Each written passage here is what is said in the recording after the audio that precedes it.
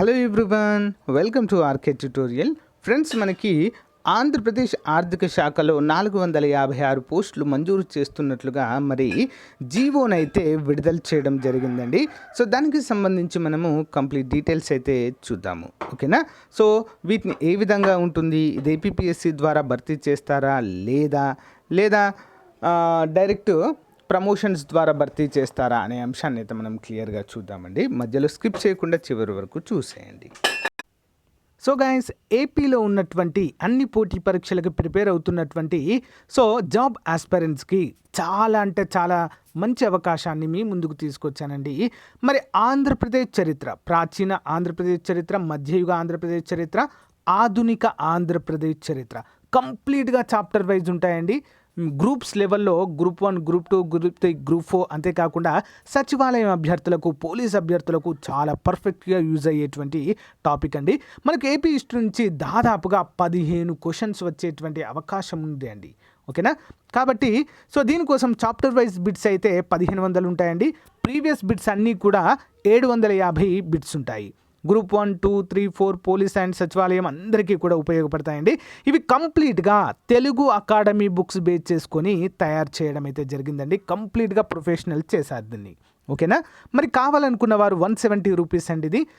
కావాలనుకున్న వారు 9030362853 అనేటువంటి నెంబర్కి గూగుల్ పే కానీ ఫోన్పే కానీ చేసి ఆ స్క్రీన్ షాట్ని సేమ్ నెంబర్ వాట్సాప్కి పంపిస్తే మీకు వితిన్ 1 అవర్లో పీడిఎఫ్ పంపడం జరుగుతుంది.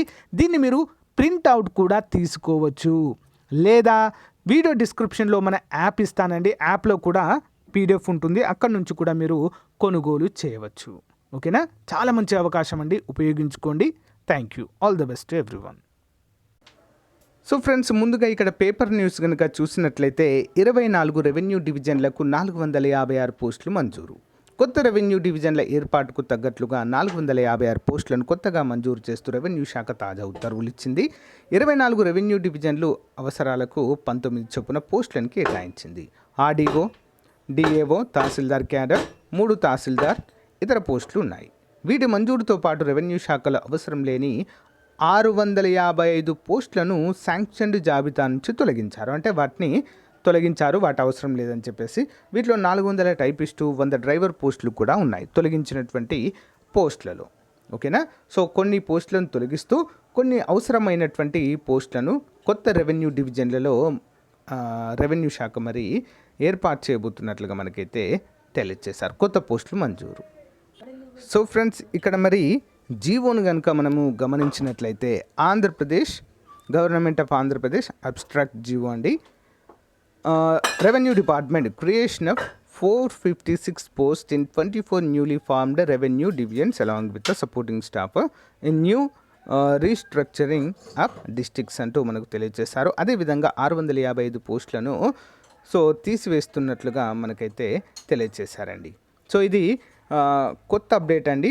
ఇక్కడ చూడండి, డేట్ 26/9/2022. నిన్ననే దీన్ని అయితే ఇష్యూ చేయడం అయితే జరిగింది. మరి కొత్తగా శాంక్షన్ చేసిన వాటిలో సబ్ కలెక్టర్ రెవెన్యూ డివిజన్లో వచ్చేసి 24, నెక్స్ట్ డివిజనల్ అడ్మినిస్ట్రేటివ్ ఆఫీసర్ తహసీల్దార్ క్యాడర్ 24, డిప్యూటీ తహసీల్దార్ 72, senior assistant 72, junior assistant 24, typist come junior assistant cum computer operator 24, record assistant 24.